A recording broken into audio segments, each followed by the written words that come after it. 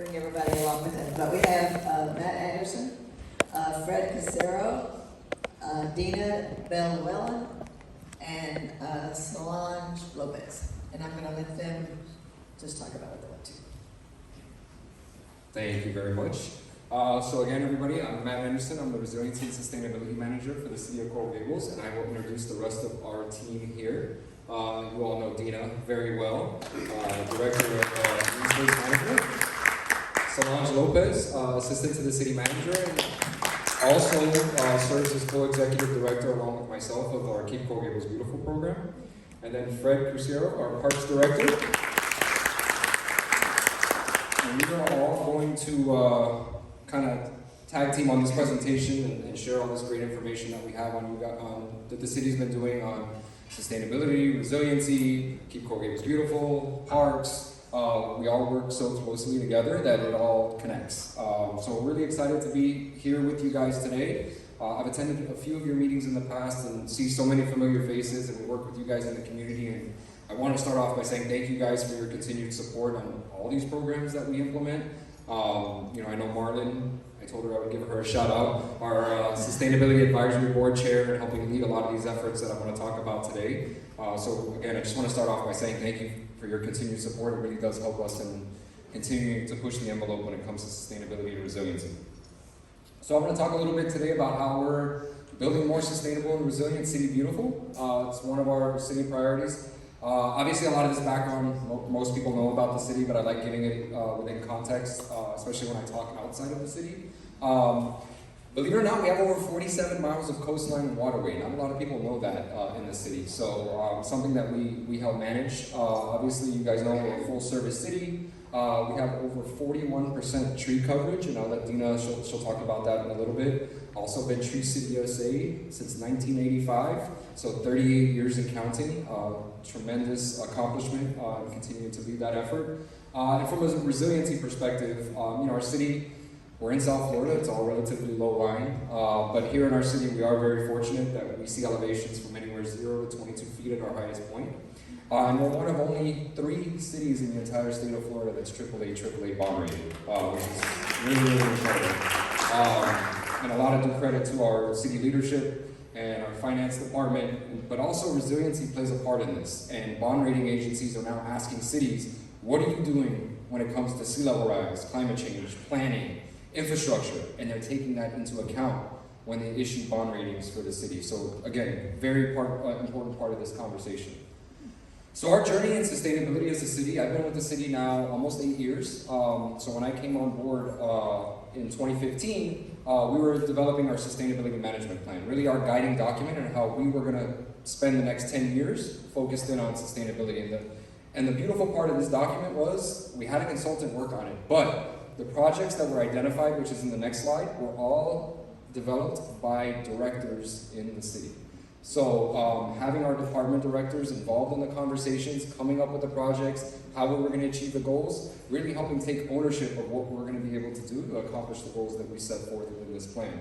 So we identified over 23 projects, and I'll walk through those quickly, with a focus area of energy, fleet, water, waste, land use and transportation, outreach, and of course finance. And the great thing about this, and I tell people all the time, is not only does it make sense for what we're doing on sustainability and resiliency for the environment, like obviously be good stewards of the environment, it makes financial sense as well. So it's also green in that aspect where it allows the city to save money.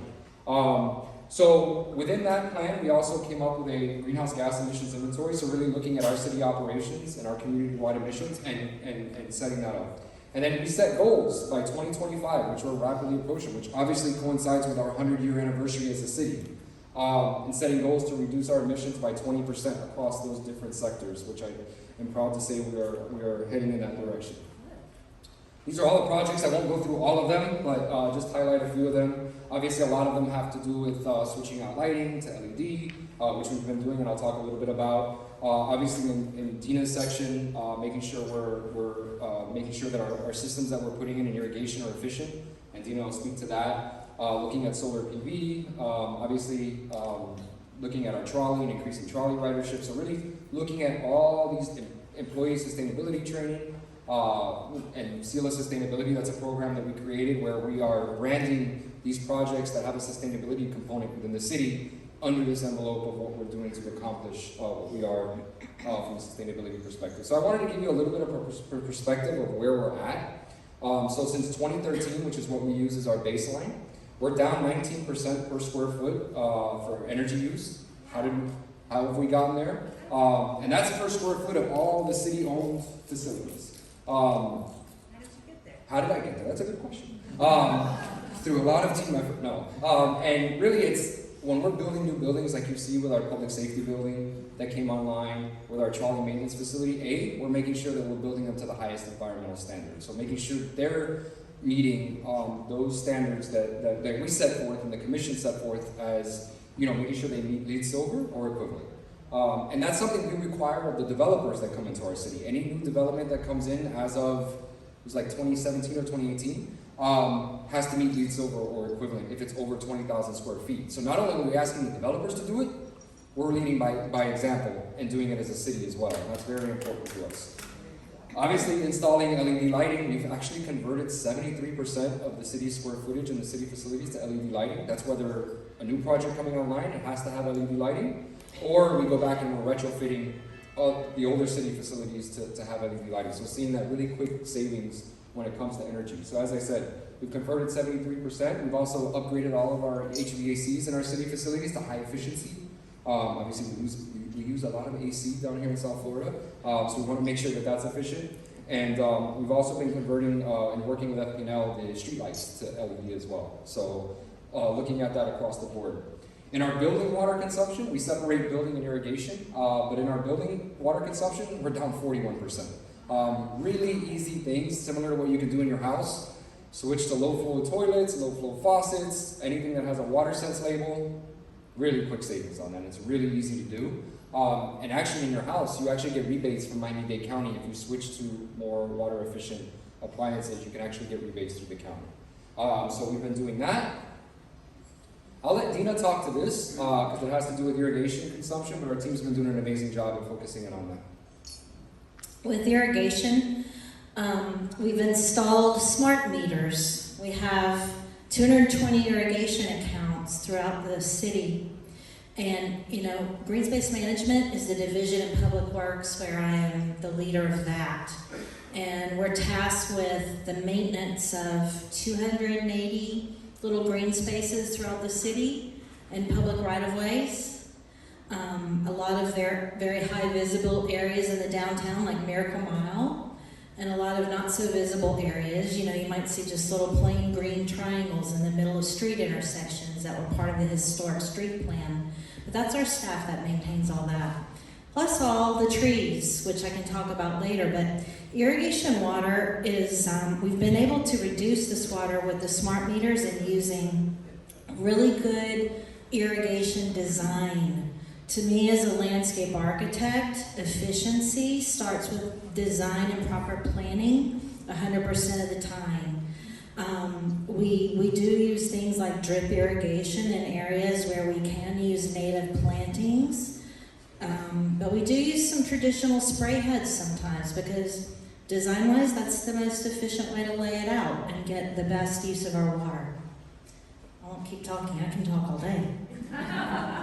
So can I. And I'll mention in that 220 irrigation accounts that we converted, we did that at no cost. We partnered with the county and they came in and switched them out for us at no cost. So seeing those savings with no upfront cost, which is amazing. Talk about that's overall water consumption when you take into account irrigation and credit to Dina's team too, because one of our priorities of our commission is continuing to expand green space. I know Fred would nod to that. So obviously when we expand that green space, there's more irrigation demand that there is. So we need to, we're meeting these numbers and expanding the amount of space that we have in the city. And I know Fred will be talking about that a little bit. Fuel consumption, we are up 6%, but that is mainly because our police and our fire are the ones that use most of the fuel in the city. It's our largest fuel consumers. But on the administrative side, obviously we have the largest electric vehicle fleet in the entire state of Florida, sitting right here in our city.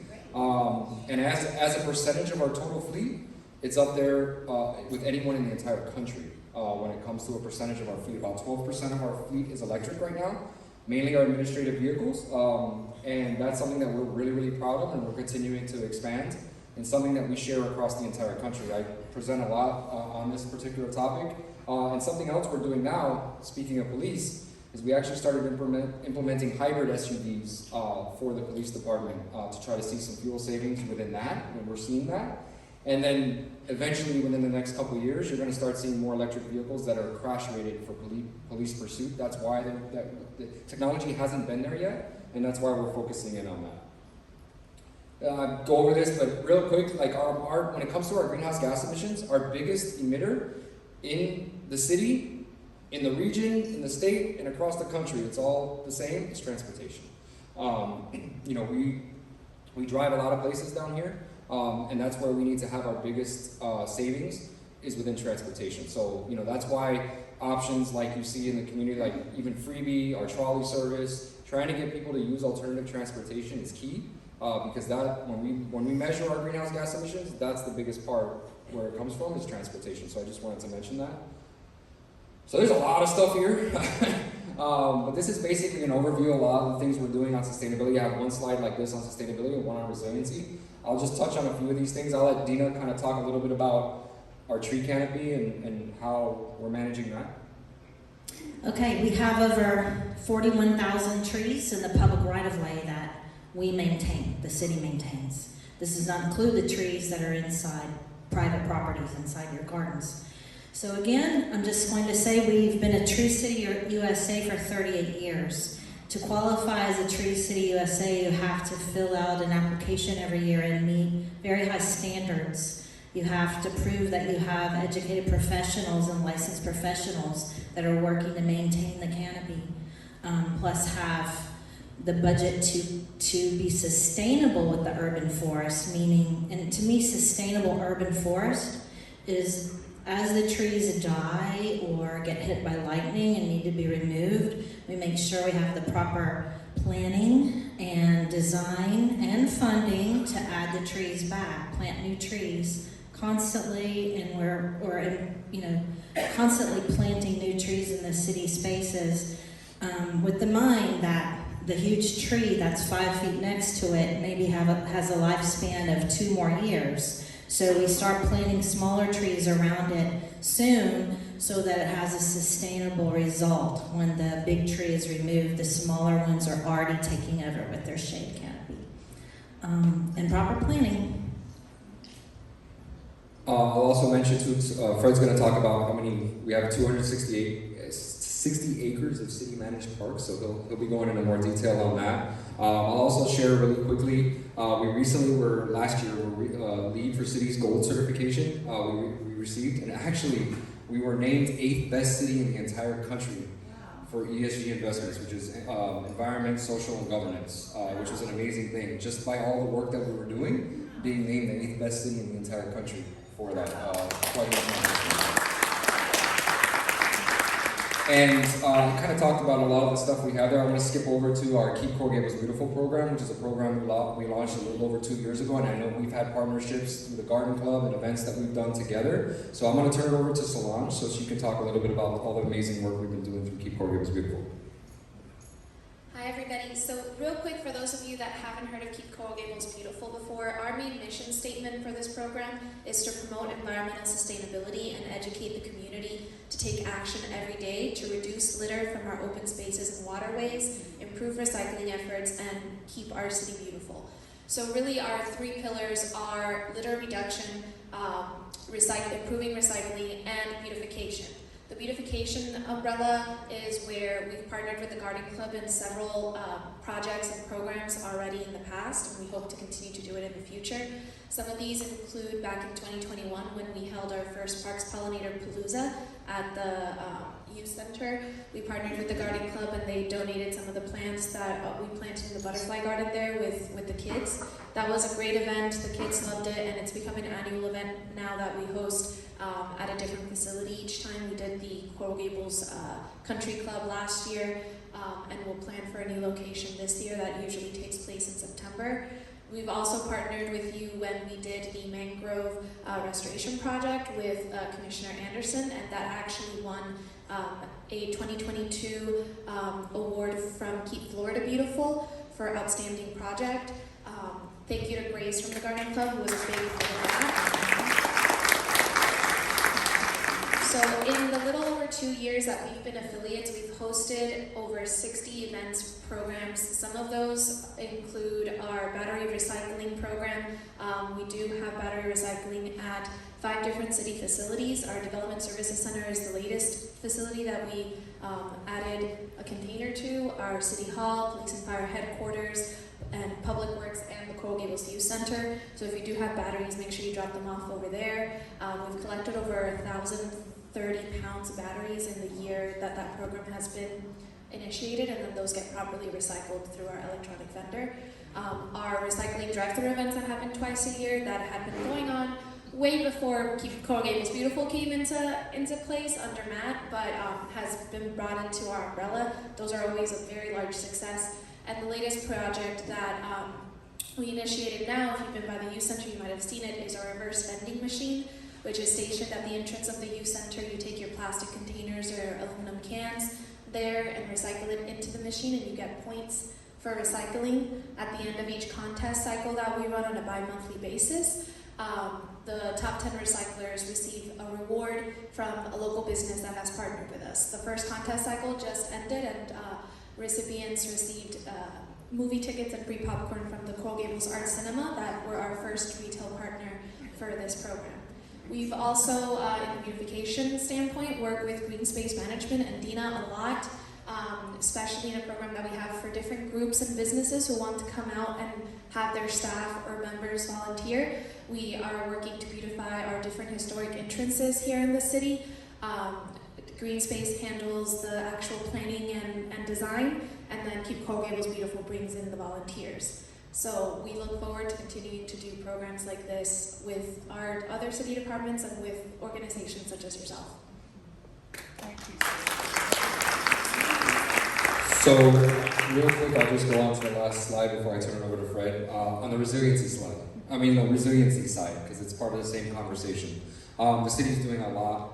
I'll do credit to our city leadership, our city manager, assistant city manager, our commission, and our department directors, because this is a priority. Like, we're talking about what is South Florida going to look like in the future, and how we're planning for that, which is a very, very important conversation. So the city's been leading on this effort for a long time, from developing LiDAR maps to participating in regional discussions across the city, across the county, and across the state. Developing a vulnerability assessment, looking at our critical infrastructure throughout the city, and making sure we're not only resilient to climate change and sea level rise, but really we're resilient to that next hurricane that we know is coming at some point, and making sure we as a city can rebound as quickly as possible from that. And that's something that we've obviously been really taking a look at. Our community rating score, we worked really hard to lower our CRS score, which I don't know if you guys are aware, but when you lower your city CRS score, that your flooding premium that you pay is discounted based on how low that number is. So the city right now sits at a 5, which I believe is a 25% NFIP discount that's on your flood insurance policy. So again, showing you how the work that the city's doing, we're able to pass those benefits on to you all as residents and business owners, and being able to see those savings. Something else the city did, we were the first city in the entire country that created a sea level rise mitigation fund, which was so forward thinking on behalf of our commission. Setting aside money now for what we know is going to cost a lot of money in the future when it comes to adapting to future flooding, future sea level rise, whatever the case may be. Most cities are just worried about balancing their budget at the end of the year, right? Our city is saying, not only are we concerned about that, we're looking forward 30, 40 years from now and future generations that are going to be living in the city and being able to plan for that, which is incredible. So right now we have about $13 million in that fund. The goal is $100 million by 2040. That doesn't mean we're not doing infrastructure upgrades anyways. That means that we're investing and then we're setting aside this money because we see what our other cities, Miami Beach, Miami, if you've ever seen what they're spending on infrastructure upgrades, it's immense. $400 million, I believe, in Miami Beach, $200 million in the city of Miami. So it is something that we feel is going to put us in a very good position where we have funding already set aside. So if we go out for federal funding or matching grants, we have that money there that'll put us at the front of the line. We feel like it's very important. And then we're also doing a lot on smart cities, obviously, through our IT department, and making sure that we have sensors throughout our city. We're doing a lot of work on water quality and making sure our Coral Gables waterway, measuring the nutrient loads, seeing where those are coming from, identifying land-based strategies that can help reduce that, because that's a critical part not only of our city's history, but a lot of ways, people tour our city is through our waterways. And I'm gonna stop there because I've taken a lot of time and I want to leave Fred some time to talk about our amazing parts. So I'm gonna turn it over to Fred and let him take it over. Thank you. Ironically, it's the title of our presentation was "It Starts with Parks," but in this case, it ends with parks in the presentation. Smart move, making me last because I can speak all day. You don't want that. Wonderful segue into what Matt was saying in terms of looking long term. That's really what we needed to do in parks. There are challenges in this city, as you know, we're landlocked. It's hard to find pieces of land. It's not cheap to get wonderful parks. We really have to be creative. We have to have wonderful partners like the Garden Club to get certain places done. So we need to come up with a long-range planning document, and that's what we did. And we presented this a couple times. I'm going to give you just quick snapshots, and I'm going to go real fast because I don't want to speak more than the few minutes I have allotted. But first thing we did is we looked at our existing parks and open spaces. And there is a standard rating system that went through our consultants that work through national standards. And what we found was we were meeting the expectations. And in most cases, we were at the top of meeting expectations. But what we needed to look at is what were we going to do in the next wave of planning and stuff to exceed expectations, to get spaces that are beautiful and wonderful for the city. We were high on certain things like condition and comfort and image. Some of the stuff that's lower, as you can see, is access and linkages and how effective to get there because of the access. So those are the things that we still need to continue to look at. What we saw was we got to enhance the access. We have to look at our wayfinding, and we have to have consistent application of our design standards. We have that now, but we were looking at parks that have been put together over the last 40 or 50 years, so there has been changes over time. I think this master plan will help that to make sure that we have the right strategic focus as we move over. The good thing is some of these things we've already put in. We do have 5.24 acres per 1,000 residents. When we did this study, we only had 49,700. So we're up over 50 now. So that number will change when we redo our numbers. We do have a surplus of certain things. We got enough golf courses in the city, tennis courts, even basketball courts. I don't think we have a lot of them, but we got enough for the size of our city. What we were looking at is, if you look at the heat map there, we got a lot of parks in the north, even in the middle, but as we start moving to the south, it's difficult now.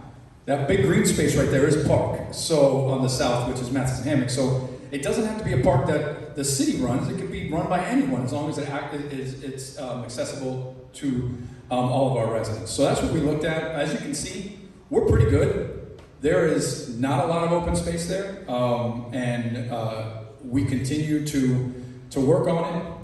What we did is we had a lot of public engagement. Some of you might have attended. We had all kinds of community meetings, we had stakeholder interviews, we had focus groups, we did an online survey, we had a statistically valid survey on top of that one, that was phone survey, so we did all kinds of different things, and we did this a few years ago, came up with, then we ran into COVID, so the planning process slowed down a little bit, but we were able to get it done.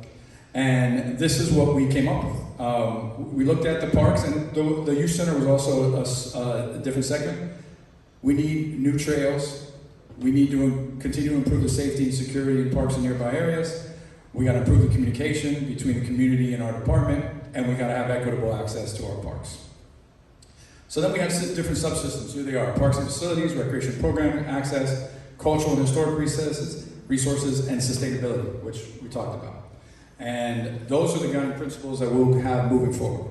We originally were expecting this to be a 10-year plan, but just so you know, the amount of money we need might make it a 20-year plan because we got to fund it. So I'm going to go through these quick. What we're looking at our parks facilities, we want to have continued enhancement of existing facilities or open pieces of land. You've seen some of those products: Lamar Louise Curry, Bessie Adams. We just opened Maggiore. This one is one that we put in here as a concept on Arduna Miller Road. It's an open piece of land right now, but this is what these are what our standards are going to be. They're going to be similar to the parks that we have now. And the new ones that we put out, this was the first one that started this trend, which was Lisbon. And since then, we've had about, I think, 9 or 10. So we're doing really well. We want to continue to have health and wellness offerings. We do have fitness stations here. We put up one around the youth center. We got one planned for the mobility hub. So we're going to continue to look at different ways to bring in a little bit more wellness, fitness, and we also have a lot of programming. If any of you have been to our adult activity center, we've got tons of wellness programming there. If you haven't participated, by all means, please take advantage. Very low cost and a lot of fun. So this one is going to be one of our biggest challenges, is looking at access and linkages, both sidewalks, but also water access. We do have a Blue Road open space, which is a little park that we're going to look at water access. We are working with the county on water access under the rail right there on Riviera. We also have Ruth Bryan Owen Waterway Park. So all these things are possibilities for waterway access. Not saying it's going to happen tomorrow, but these are the things that we're planning on looking at to have access. Our cultural and historic resources, as you can see, some of our projects, there's a project in there to look at the Alhambra Water Tower, make sure that we continue to preserve all of our different historic resources. That's in there in our plan, our fountains. There's one of Ponce on their own fountain, so looking at all that. And then we've talked, I don't have to say much about sustainability. I think Matt got it down pat. But there's also some things that we looked at where we're looking at how we handle parking and what the sustainability is. And we'll continue to do things like, he didn't mention, but it was in his slides, solar benches and different things like that for saving energy and having different sustainability initiatives as we put these parks together. And this is the youth center. There was a lot of discussion in the youth center. This is a huge plan that's got a bunch of different improvements. Now there was also part of discussion of maybe tearing the whole building down, building a new one, but like we said, that is a large financial thing to take on. So right now, we'll see what happens with all of that. And these are our action items. So we're going to continue to look at the funding for those deferred maintenance, those small parks. We got one in the McFarland area, Cooper and Nellie B. Moore. We're going to do a nice project there that's going to look great. And we got a few of those other small parks. We have an open space on Toledo Alava that we purchased. That's going to become a neighborhood park. So we've got so many things that are in the pipeline. We're going to continue to use the impact fees that our commission has able to get us. We've got some from the underlying project, so we'll continue to use those. We're going to look at the walkability and the working with Public Works as we look at different ways to get access to these parks. Like I said, the War Memorial Youth Center is a longer project, but we're looking at that as well. And we do have a land acquisition program. We take a bunch of money every year that comes in our budget that gets put away for when we find a piece of land that meets our strategic plan as to in a spot where we need it, we're able to go out there and get it. Toledo Lava is one of those examples. And Zeta's here, Zeta helps us buy that stuff. So, and that's about it, I think. If anyone has any questions, I got through it as fast as I could. I just want to say I'm a very happy resident, and I like all the things that you guys do. Thank you.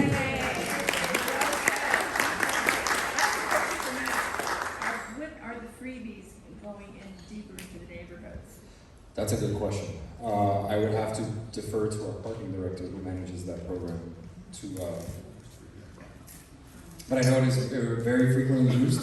One of the other programs that I manage directly is the electric scooters that you see going around the city, the micro-mobility program. I help oversee that program for the city as well, and they're seeing significant ridership as far as moving people around the downtown and so on and so forth. There's an age requirement though. I think 18 or over. Or Yeah. I thought it's like 30 and under. Yeah. I also wanted to mention too, I don't know if Fred pointed out in his presentation, but one of the key statistics here is, having a park within 10 minutes walk. If you saw that chart, what we want to try to do is we want to try to have an accessible park or developed space within a 10-minute walk of every home. But here is the challenge in our strategic plan. It's not only because that's just a radius. It's within a 10-minute accessible walk. So if there's a waterway in your way, that's not a 10-minute walk. Yeah. If we want to try to have enough parks so you don't have to cross a major roadway. So if you look at Toledo Alava is pretty close to Ruth Bryan Owen, but you got to cross Burr Road and Granada. So we thought that's not within our master plan. We wanted to make sure that it was not having to cross a major roadway to get to an open space. And that Toledo Lava there was an open space that we looked at a little bit, a few years before that, near, a little further east, where on San Antonio, near Coral Gables High. And the neighborhood, when we came to them and said, hey, we want to do this, the neighborhood didn't want it. They said, like, this is not the right place for it, we're worried about other things, so we were on the lookout for a park somewhere in that area that was east of Granada. So we found it, we got it, so. I see in your facilities, there's no pickleball courts. Are you planning on? Wait a minute. That's not true. I do have pickleball. I've got pickleball. I will tell you, I have 2 pickleball courts at the Salvador Tennis Center. Those are standalone at the walls. We have converted. We have 3 blended courts at the youth center that are available. We do have morning times now, and we are about to announce a programming that we're doing with some of the players to do a couple of days where it's free play and we get some programming, and then the other times you can reserve the court as you normally do. We're also looking at, we have pickleball, also the Adult Activity Center. We've opened on Saturday now, so we have 2 sessions on Saturday for pickleball. I put together a pickleball plan, presented it to the commission. We do have plans for a standalone facility that we need to build. And I do have plans for converting a few other courts. It just takes money. So I put the plan together. I was given direction by the commission to put it in my master plan funding, my capital plan funding for this year when we start the budgeting process. So there might be some additional pickleball stuff. But you're going to see a lot more pickleball programming at the youth center. It's coming this spring. Oh, good, yay. I play pickleball. I love it. It's wonderful. Got a hand in the back.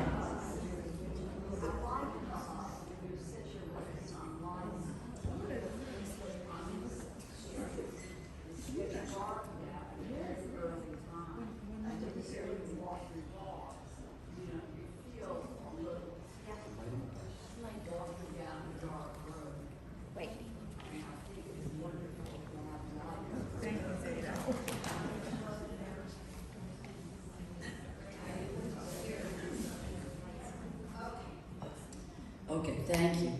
I was just saying, I like to hear that you all are going to work on lights, because I'm very concerned about the street lights now that it's dark, and it gets dark very early. And when you're walking down one of those streets in the dark, it's a little scary. And I think the Gables should have every street where it's easy to walk down the street at an early hour. So thank you for thinking of that and getting on working with that. Especially in the south, we have no lights.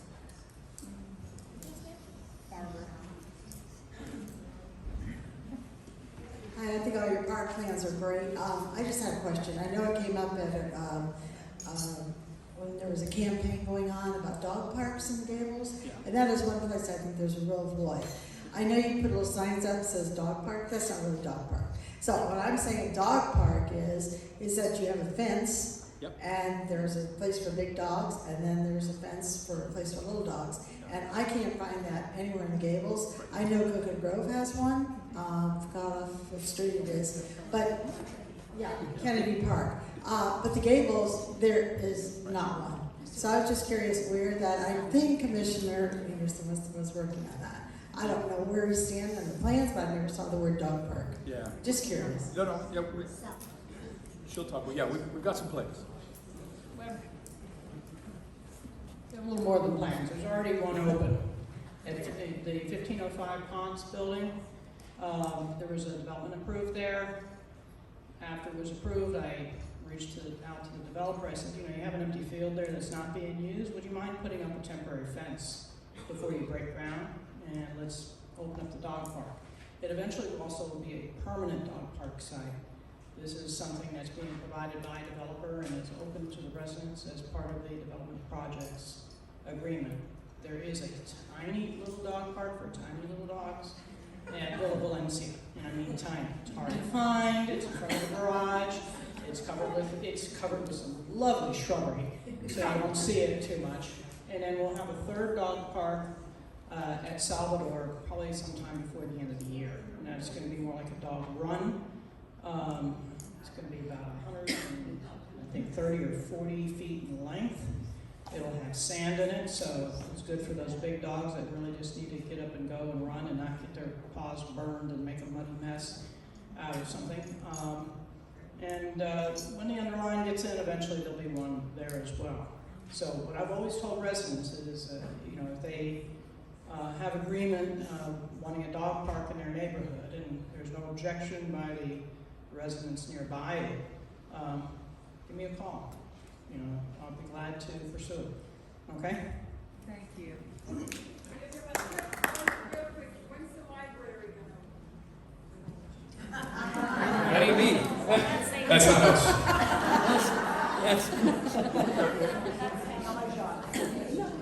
Hi. So we're getting a more complete timeline from them now at the end of January. Their plan is for April, May, to reopen. So I've been talking to Susan. We had a conversation about it because I know you guys have work that you've done on the exterior. So we're getting ready to set up a meeting now with them after the end of January to basically go over the interior and the exterior in order to be able to address some of the things on the outside too that, the construction always, the coming in and out and everything has taken a toll on. So. I have a question. So I'm not a pickleball player, but I am an avid tennis player. Yeah. And so I play at Salvador, Right. Biltmore, but at neighborhood tennis, we cannot play when it's dark. Right. Because there's no lights. Correct. Do you have any plans for lighting those courts? At this point, no. We do have to, there is a neighborhood. I mean, the problem with that court is right across the street from homes. And so at this point, we do not. That doesn't mean maybe in the future, but as of right now, we don't. We will be integrating more of the tennis usage as, now that the city has taken over the country club, as we start, going through our phases. Tennis is one of our phases, we'll look at it. But as of right now, no, we don't have plans. Okay. You wouldn't have to light it long. You could, have designated. Right. You still, you got to get it up high enough Right. to illuminate. Even now with the advances of light, there's still going to be an effect to the neighborhood. So, that would have to be something, as we just talked about it. If the neighborhood's okay with it, then we can look at it. But that's one of those things. Yes. Could you kindly repeat the question so we can hear? Sure. So that question was the neighborhood tennis area, which are the few tennis courts along the Granada Golf Course, which are the country club courts, that there are no lights. And she asked if there was lights in the future plans, and my response was at this point there isn't. Yes. I'm a longtime resident near Southwark Park. Grew up there. And when you are doing your dog park, which will be wonderful, are you going to address the clay runoff on the south side and the fact that during the wet season, it's basically a mud field all along Valencia? And so what are your plans to help mitigate that? Because it's a mess. Right. So, poor Zeta, she's working out. So yes, we are working on that, on the clay runoff specifically. We have to put up a border because if not, it's going to go right into the dog park. So we're working on that. We're also, with the dog park, we moved the sidewalk. The sidewalk's going to get moved, so you're not going to have that mess. Everything's going to be contained within the dog park. So And then on the other side of the once we get on the other side, outside of the dog area, we haven't got there yet. I'll be very honest, we haven't got there yet. We're trying to get this, and we're trying to do it, yeah. We're looking at some other alternatives of surfacing to look at, because what happens is we can't grow because of the trees, it's hard to grow anything there. What do we do about holes in the road? All right. As the Parks Director, I can tell you I don't like holes in the road either. I cannot tell you what the plan is to fix the holes in the road because I don't think any of us are holes in the road people, but we can. We will make sure that people responsible for holes in the road maybe come back to another meeting and get some answers. Thank you all. Thank you very much. This was terrific. Well, a lot of information in an extremely short period of time. One more thing, because Marlon even texted me to remind everybody, because it's the #1 call I receive. When's the next recycling drive-thru event? Earth Day, April 22nd. It's a Saturday, 9 to 12, the City Hall parking lot. Bring all your stuff. Like we said in the PowerPoint, we've collected and diverted over 400,000 pounds of waste through that event. So thank you guys. Just as a reminder, the things that you can bring to that event are your electronic recycling, household hazardous waste, paper shredding, and as of a couple events ago, we added clothing donations to Camila's house. So if you need to do a closet clean out, that's usually the best time to do it. Thank you very much. Thank you.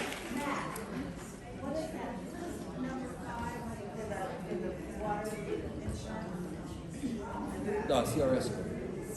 Yeah. Yeah, when you key in your zip code, I think they show that it's